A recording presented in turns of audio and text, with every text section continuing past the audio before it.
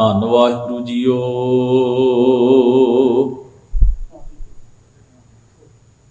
ਘੱਗਾ ਘਾਟ ਘਾਟ ਨਿਮਸੈ ਸੋਈ,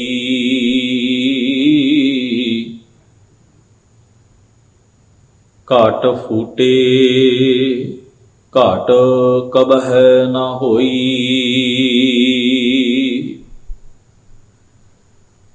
ਤਾਂ ਘਾਟ ਮਾਹੇ ਘਾਟ ਜੋ ਪਾਵਾ,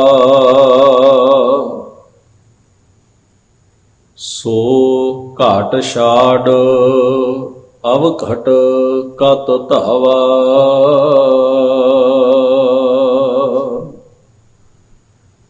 ਵਾਹਿਗੁਰੂ ਜੀ ਕਾ ਖਾਲਸਾ, ਵਾਹਿਗੁਰੂ ਜੀ ਕੀ ਫਤਿਹ। ਪਰਮ ਸਨਮਾਨਯੋਗ ਗਰੀਬ ਨਵਾਜ ਸਤਿਗੁਰੂ ਧੰਨ ਧੰਨ ਗੁਰੂ ਗ੍ਰੰਥ ਸਾਹਿਬ ਸਤਿਗੁਰੂ ਮਹਾਰਾਜ ਦੇ ਪਾਵਨ ਦਰਬਾਰ ਵਿੱਚ ਸੱਜ ਕੇ ਆਪ ਸਰਬੱਤ ਸੰਗਤ ਨੇ ਬੜੇ ਪ੍ਰੇਮ ਸਤਿਕਾਰ ਸਹਿਤ ਗੁਰੂ ਪਾਤਸ਼ਾਹ ਜੀ ਦੀ ਪਾਵਨ ਬਾਣੀ ਦੇ ਪਾਠ ਅਤੇ ਕੀਰਤਨ ਗੁਰੂ ਸਵਾਰਿਆਂ ਪਾਸੋਂ ਸਰਵਣ ਕਰਦਿਆਂ ਹੋਇਆਂ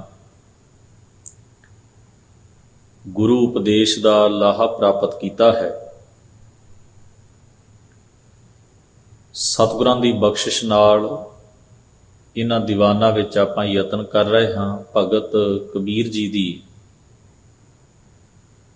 ਉਚਾਰਨ ਕੀਤੀ ਹੋਈ ਪਾਵਨ ਬਾਣੀ 52 ਅੱਖਰੀ ਨੂੰ ਲੜੀਵਾਰ ਵਿਚਾਰਦਿਆਂ ਹੋਇਆਂ ਇਸ ਪਾਵਨ ਉਪਦੇਸ਼ ਨੂੰ ਸਮਝਣ ਅਤੇ ਵਿਚਾਰਨ ਦਾ। ਸੋ ਇਸ ਲੜੀ ਤਹਿਤ ਆਪਾਂ ਹੁਣ ਤੱਕ ਤਕਰੀਬਨ 9 ਬੰਦ ਇਸ ਬਾਣੀ ਦੇ ਵਿਚਾਰੇ ਨੇ। ਕੁੱਲ 45 ਬੰਦ ਇਸ ਬਾਣੀ ਦੇ ਹਨ।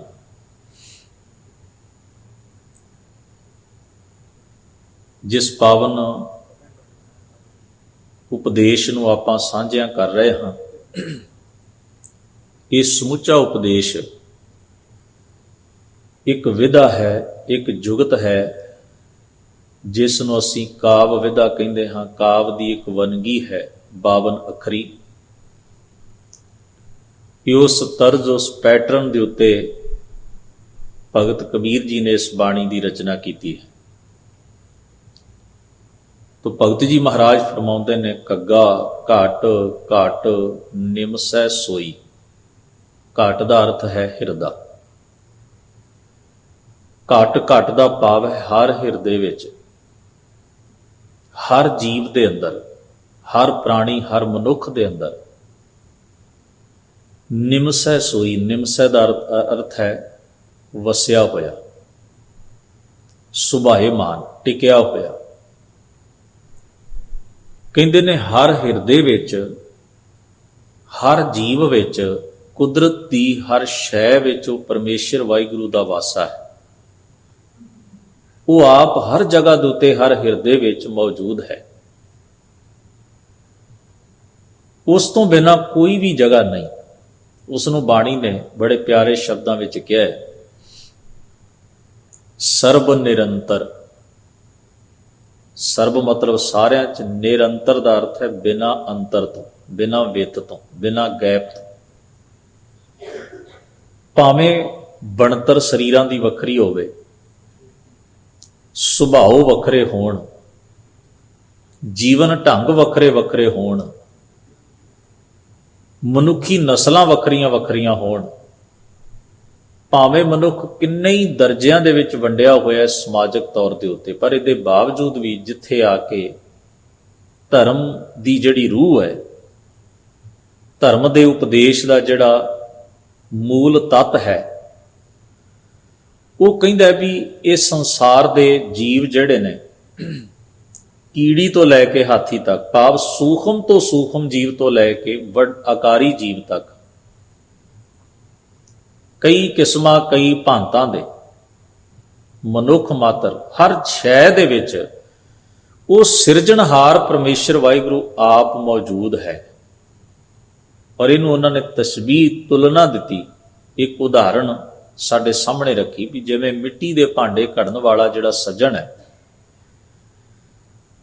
ਉਹ ਇੱਕੇ ਮਿੱਟੀ ਤੋਂ ਕਈ ਕਿਸਮ ਦੇ ਭਾਂਡੇ ਬਣਾਉਂਦਾ ਹੈ। ਹਰ ਪ੍ਰਕਾਰ ਦੇ ਭਾਂਡੇ, ਸਜਾਵਟ ਵਾਲੇ ਵੀ ਤੇ ਵਰਤਣ ਵਾਲੇ ਵੀ, ਉਹਨਾਂ ਦਾ ਆਕਾਰ, ਉਹਨਾਂ ਦੀ ਸ਼ੇਪ, ਉਹਨਾਂ ਦੀ ਸ਼ਕਲ, ਫਿਰ ਉਹਨਾਂ ਦੇ ਉੱਤੇ ਉਹ ਵੱਖਰੀ ਵੱਖਰੀ ਕਾਰੀਗਰੀ ਕਰਦਿਆਂ ਕਢਾਈ ਕਰਦਾ ਹੈ, ਰੰਗ ਉਹਨਾਂ ਦੇ ਉੱਤੇ ਲਾਉਂਦਾ ਹੈ, ਫੁਲਕਾਰੀ ਚਿੱਤਰਕਾਰੀ ਕਰਦਾ। ਉਹ ਸਾਰੀਆਂ ਚੀਜ਼ਾਂ, ਕਿੰਨੀ ਵੀ ਭਿੰਨਤਾ ਉਹਨਾਂ ਭਾਂਡਿਆਂ ਵਿੱਚ ਹੋਵੇ, ਪਰ ਉਹ ਹੈ ਇੱਕ ਧਾਤੂ ਦੇ, ਮਿੱਟੀ ਦੇ ਹੀ ਬਣੇ ਹੋਏ ਨੇ, ਬਣਾਏ ਵੀ ਇੱਕੇ ਆਦਮੀ ਨੇ, ਪਰ ਉਹਨਾਂ ਦੀ ਘਾੜਤ, ਬਣਤਰ, ਸ਼ੇਪ, ਸ਼ਕਲ, ਆਕਾਰ ਵੱਖਰਾ ਵੱਖਰਾ ਹੈ। ਇਸੇ ਤਰ੍ਹਾਂ ਸੰਸਾਰ ਦੇ ਜੀਵਾਂ ਨੂੰ ਘੜਨ ਵਾਲਾ ਇੱਕੋ ਹੀ ਹੈ ਤੇ ਸਭਨਾਂ ਦਾ ਮੂਲ ਵੀ ਇੱਕ ਹੀ ਹੈ। ਸ਼ੇਪ, ਸ਼ਕਲ, ਆਕਾਰ ਜਿਹੜੇ ਨੇ ਉਹ ਵੱਖਰੇ ਵੱਖਰੇ। ਤੋ ਅਸੀਂ ਆਕਾਰ ਨੂੰ, ਵੱਖਰੀ ਵੱਖਰੀ ਵੰਨਗੀ ਨੂੰ, ਕਿਸਮ ਨੂੰ ਵੇਖ ਕੇ ਜਦੋਂ ਇਹ ਭੁਲੇਖੇ ਵਿੱਚ ਪੈਂਦੇ ਆ ਕਿ ਇਹ ਰੱਬ ਵਾਲੇ ਹੋ ਸਕਦੇ ਨੇ, ਆਹ ਨਹੀਂ ਹੋ ਸਕਦੇ, ਆਹ ਪਰਮੇਸ਼ਰ ਦੀ ਖਾਸ ਵੰਨਗੀ ਹੈ ਤੇ ਆਹ ਪਰਮੇਸ਼ਰ ਦੀ ਨਾ ਖਾਸ ਵੰਨਗੀ, ਜਦੋਂ ਅਸੀਂ ਇਸ ਤਰ੍ਹਾਂ ਦੇ ਭਰਮ ਭੇਦ ਵਿੱਚ ਪੈਂਦੇ ਹਾਂ ਤਾਂ ਬਾਣੀ ਸਾਡੇ ਇਸ ਦਵੰਦ ਨੂੰ ਦੂਰ ਕਰਨ ਲਈ, ਸਾਡੀ ਇਸ ਦੁਬਿਧਾ ਨੂੰ ਮੁਕਾਉਣ ਲਈ ਉਪਦੇਸ਼ ਕਰਦੀ ਏ। ਏਕਲ ਮਾਟੀ ਕੁੰਜਰ ਚੀਟੀ, ਭਾਂਜਨ ਹੈ ਬਹੁ ਨਾਨਾ ਰੇ, ਅਸਥਾਵਰ ਜੰਗਮ ਕੀਟ ਪਤੰਗਮ, ਘਟ ਘਟ ਰਾਮ ਸਮਾਨਾ ਦੇ।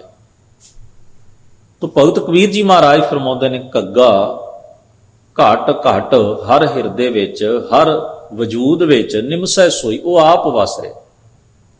ਫਿਰ ਫਰਮਾਉਂਦੇ ਹਨ, ਘਟ ਫੂਟੇ ਘਟ ਕਬੈ ਨਾ ਹੋਈ। ਘਟ ਦਾ ਅਰਥ ਇੱਥੇ ਸਰੀਰ, ਸਰੀਰ ਰੂਪ ਘੜਾ। ਕਹਿੰਦੇ ਨੇ ਸਰੀਰ ਬਿਨਸ ਜਾਂਦਾ ਹੈ। ਹੁਣ ਵੇਖੋ ਨਾ ਕਿੱਡਾ ਅਹਮ ਖਿਆਲ ਉਹਨਾਂ ਨੇ ਪ੍ਰਗਟ ਕੀਤਾ। ਕਹਿੰਦੇ ਹੈ ਉਹ ਸਾਡੇ ਵਿੱਚ, ਸਰੀਰ ਦਾ ਭਾਂਡਾ ਭੱਜ ਜਾਂਦਾ ਹੈ, ਭਾਵ ਸਰੀਰ ਬਿਨਸ ਜਾਂਦਾ ਹੈ, ਸਰੀਰ ਨਾਸ਼ ਹੋ ਜਾਂਦਾ ਹੈ, ਸਰੀਰ ਮਰ ਜਾਂਦਾ ਹੈ, ਪਰ ਘਟ ਕਬੈ ਨਾ ਹੋਈ। ਉਹ ਚੇਤਨਾ ਨਹੀਂ ਮਰਦੀ। ਉਹ ਜੋ ਸਰਬ ਨਿਰੰਤਰ ਸਭਨਾਂ ਦੇ ਵਿੱਚ ਹੈ, ਉਹ ਮਰਦੀ ਨਹੀਂ, ਮੁੱਕਦੀ ਨਹੀਂ, ਨਾਸ਼ ਨਹੀਂ ਹੁੰਦੀ, ਉਹਨੂੰ ਕੋਈ ਘਾਟਾ ਨਹੀਂ ਪੈਂਦਾ, ਉਹਦੀ ਨਿਰੰਤਰਤਾ ਦੇ ਵਿੱਚ ਕੋਈ ਫਰਕ ਨਹੀਂ ਆਉਂਦਾ।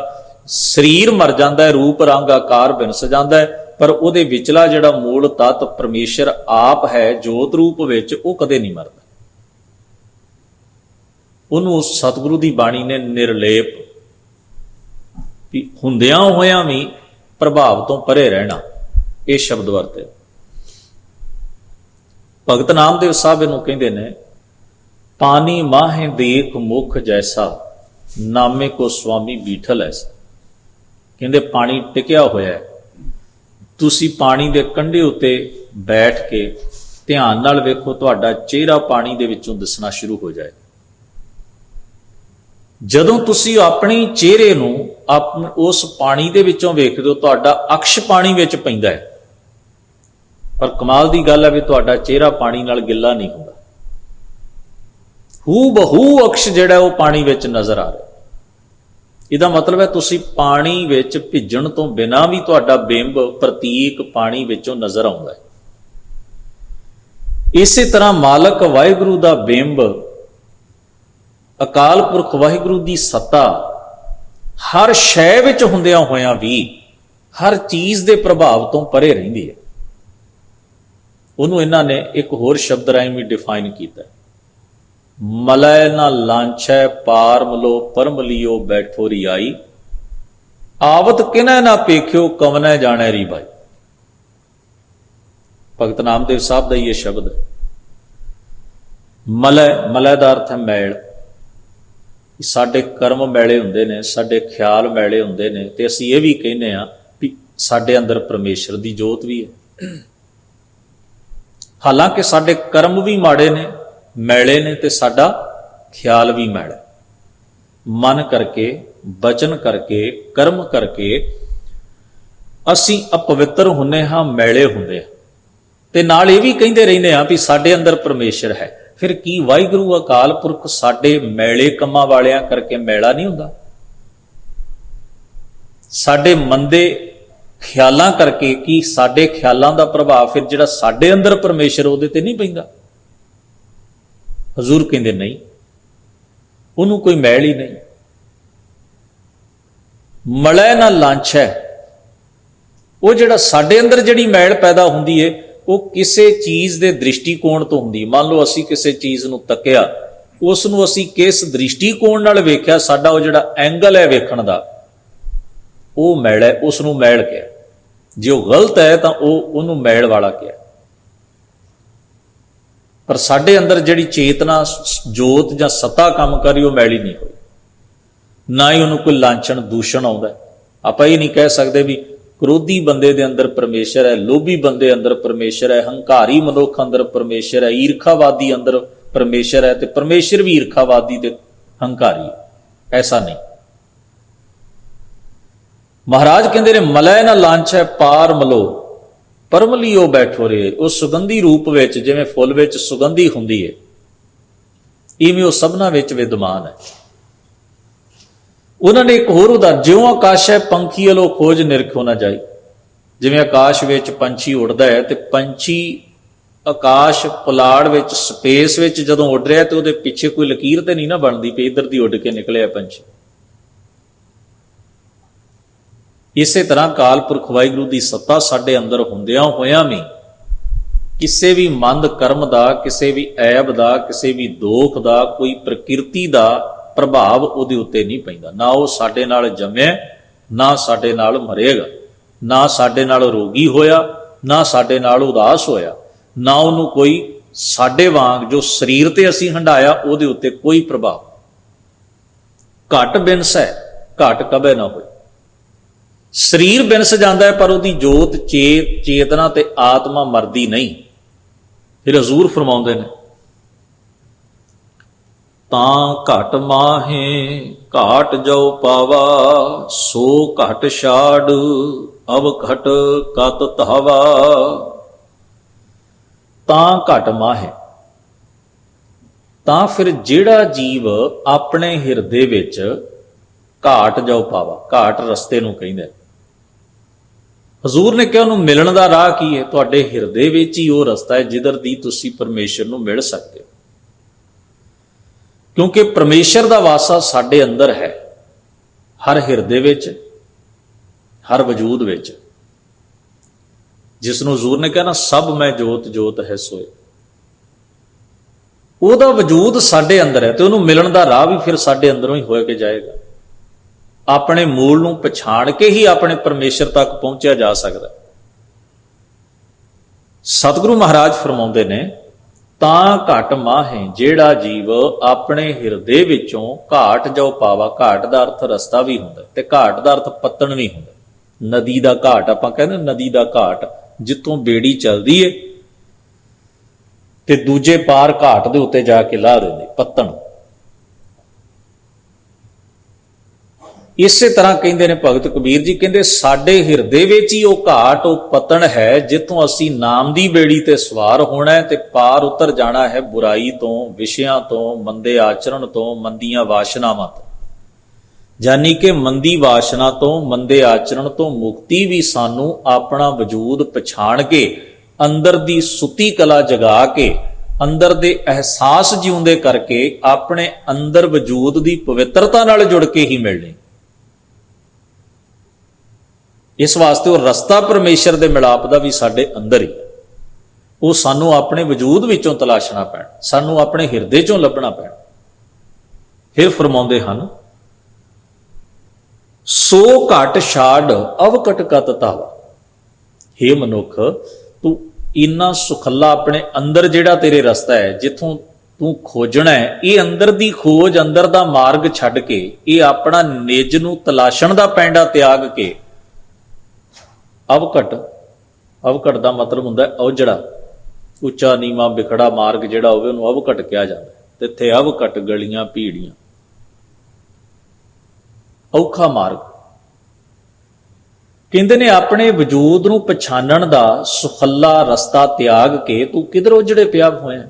ਤੂੰ ਬਾਹਰ ਲੱਭਦਾ ਫਿਰਦਾ, ਸੁੱਖ ਤੋਂ ਬਾਹਰ ਲੱਭਦਾ ਹੈ, ਸਹਿਜ ਤੋਂ ਬਾਹਰ ਲੱਭਦਾ ਹੈ, ਖੁਸ਼ੀ ਤੋਂ ਬਾਹਰ ਲੱਭਦਾ ਹੈ, ਹਰ ਚੀਜ਼ ਤੂੰ ਜੀ ਖੋਜ ਤੋਂ ਬਾਹਰੋਂ ਕਰ ਰਿਹਾ।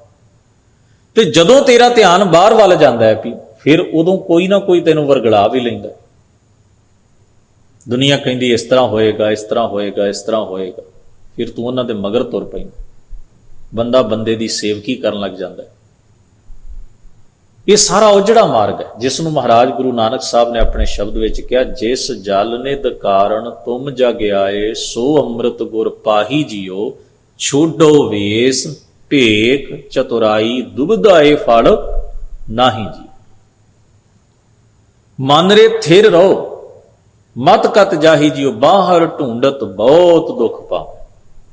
ਤੇ ਉਹਦੀ ਜਿਹੜੀ ਤੁਲਨਾ ਮਹਾਰਾਜ ਨੇ ਇੱਕ ਬੜਾ ਪਿਆਰਾ ਪ੍ਰਤੀਕ ਵਰਤ ਕੇ ਕੀਤੀ, ਕਹਿੰਦੇ ਨੇ, ਘਰ ਹੀ ਮੈਂ ਅੰਮ੍ਰਿਤ ਭਰਪੂਰ ਹੈ, ਮਨਮੁਖਾਂ ਸਾਧ ਨਾ ਪਾਇਆ, ਜਿਉ ਕਸਤੂਰੀ ਮਿਰਗ ਨਾ ਜਾਣੈ, ਭ੍ਰਮ ਦਾ ਭਰਮ ਭੁਲਾਇਆ। ਅੰਮ੍ਰਿਤ ਤਜ ਬਿਕ ਸੰਗ੍ਰਹਿ ਕਰਤਾ ਆਪ ਖੁਆਇਆ, ਗੁਰਮੁਖ ਵਿਰਲੇ ਸੋਝੀ ਪਈ, ਤਿਨੀ ਅੰਤਰ ਬ੍ਰਹਮ ਦਿਖਾਇਆ।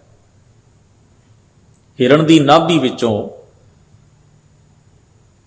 ਇੱਕ ਪਦਾਰਥ ਜਿਹੜਾ ਹੈ, ਉਹਦੇ ਸਰੀਰ ਦੇ ਵਿੱਚੋਂ ਇੱਕ ਲਿਕੁਇਡ ਜਿਹੜਾ ਨਿਕਲਦਾ, ਉਹਦੀ ਸੁਗੰਧ ਜਿਹੜੀ ਕਸਤੂਰੀ ਉਹਨੂੰ ਕਹਿੰਦੇ ਨੇ, ਉਹਦੀ ਸੁਗੰਧੀ ਉਹਨੂੰ ਸਮੈਲ ਆਉਂਦੀ ਹੈ, ਤੇ ਉਹਨੂੰ ਲੱਗਦਾ ਵੀ ਸਮੈਲ ਬਾਹਰੋਂ ਕਿਤੋਂ ਆ ਰਹੀ।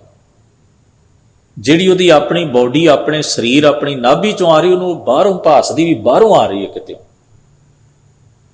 ਤੇ ਉਹ ਸੁੰਘਦਾ ਹੋਇਆ ਇੱਧਰ ਉੱਧਰ ਵੇਖਦਾ, ਇੱਧਰ ਉੱਧਰ ਪੈਂਡਾ ਕਰਦਾ ਰਹਿੰਦਾ, ਇੱਧਰ ਉੱਧਰ ਭਟਕਦਾ ਰਹਿੰਦਾ ਵੀ ਕਿੱਥੋਂ ਆ ਰਹੀ ਹੈ। ਪਰ ਆਪਦੀ ਆਪਣੀ ਬਾਡੀ ਚੋਂ ਰਹੀ ਹੈ, ਸਰੀਰ ਚੋਂ ਰਹੀ ਹੈ। ਉਹਨੂੰ ਇੰਨਾ ਗਿਆਨ ਨਹੀਂ, ਇੰਨਾ ਖਿਆਲ ਨਹੀਂ ਵੀ ਮੇਰੇ ਹੀ ਸਰੀਰ ਚੋਂ ਆਉਂਦੀ। ਜਾਨੀ ਜੋ ਚੀਜ਼ ਉਹਦੇ ਆਪਣੇ ਕੋਲ ਹੈ, ਉਹਨੂੰ ਪਾਸਿਓਂ ਲੱਭ ਰਿਹਾ, ਦੂਜੀ ਤਰਫ ਤੋਂ ਖੋਜ ਰਿਹਾ। ਇਸ ਵਾਸਤੇ ਸਾਹਿਬ ਕਹਿੰਦੇ ਨੇ, ਗੰਗਾਹਾਂ ਨਿਗ੍ਰਹਿ ਸਨੇਹ ਕਰ, ਨਿਰਵਾਰੋ ਸੰਦੇਹ। ਨਿੰਗਾ ਅੱਖਰ ਵਰਤਦਿਆਂ ਹਜ਼ੂਰ ਕਹਿੰਦੇ ਨਿਗ੍ਰਹਿ ਕਰ।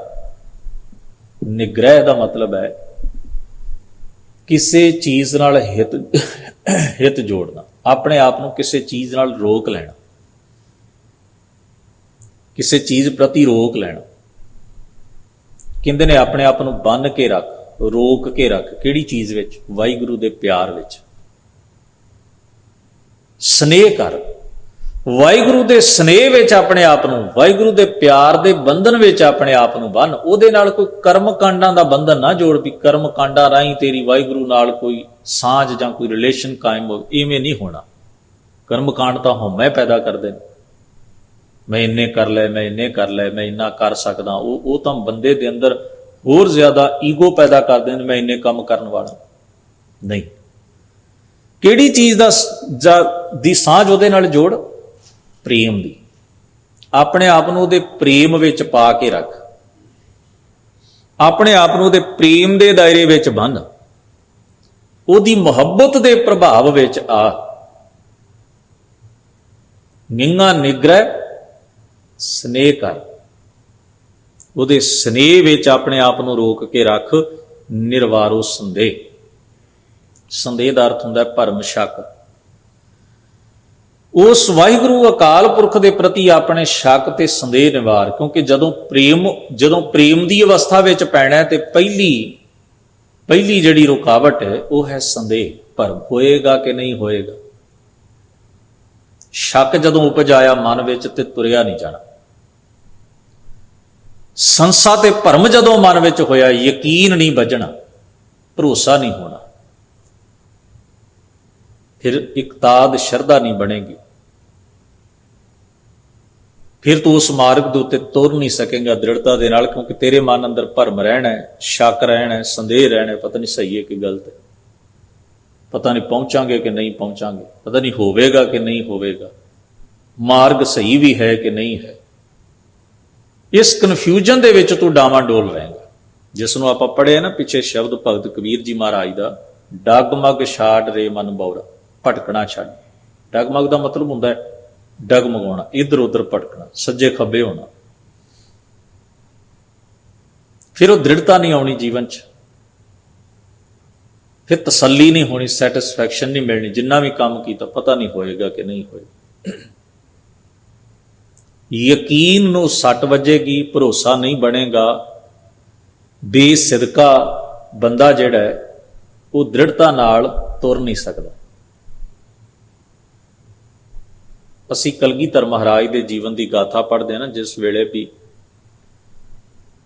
ਮਹਾਰਾਜ ਨੂੰ ਜਿਸ ਵੇਲੇ ਆ ਕੇ ਖਬਰ ਪਹੁੰਚੀ, ਸੂਈਏ ਭਾਈ ਚਤਰ ਸਿੰਘ ਬੈਰਾੜ ਨੇ ਖਬਰ ਮਹਾਰਾਜ ਤੱਕ ਪਹੁੰਚਾਈ। ਇਤਿਹਾਸਕਾਰ ਲਿਖਦੇ ਨੇ ਉਹ ਹਜ਼ੂਰ ਦਾ ਸੂਈਆ ਸੀ। ਆਲੇ ਦੁਆਲੇ ਪਹਾੜੀ ਰਾਜਿਆਂ ਦੀਆਂ ਖਬਰਾਂ ਉਹਦੇ ਕੋਲ ਆਉਂਦੀਆਂ ਤੇ ਉਹ ਖਬਰ ਮਹਾਰਾਜ ਕੋਲ ਪਹੁੰਚਾਉਂਦਾ।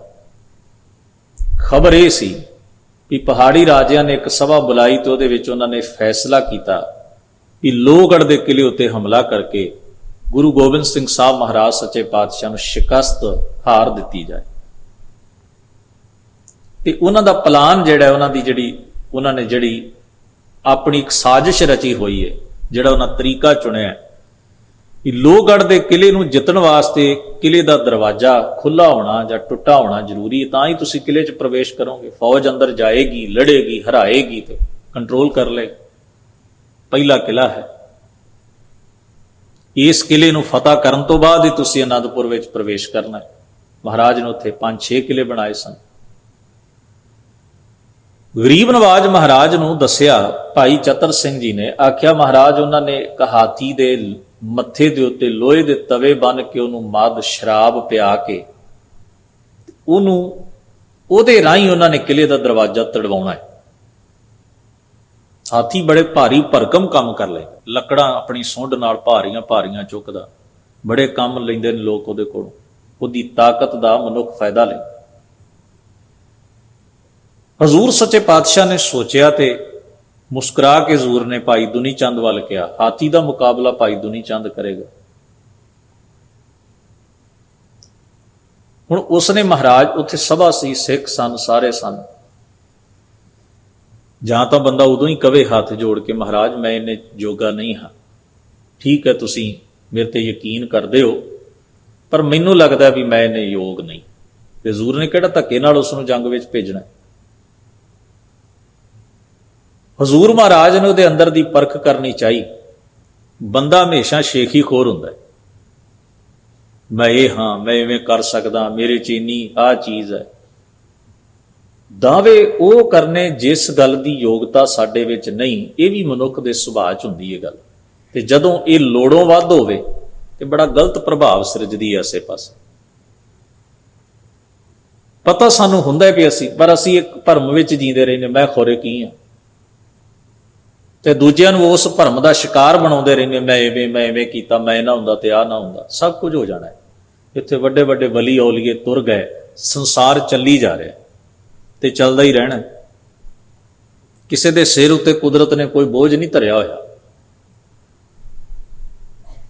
ਪਰ ਉਹਦੀ ਜਿਹੜੀ ਸ਼ੇਖੀ ਦੀ ਆਦਤ ਹੈ, ਦਾਵਾ ਬੰਨਣ ਦੀ ਆਦਤ ਹੈ, ਮਹਾਰਾਜ ਉਹਦੀ ਉਸ ਆਦਤ ਉੱਤੇ ਚੋਟ ਕਰ ਰਹੇ ਸਨ। ਆਖਿਆ ਇਹ ਲੜੇਗਾ।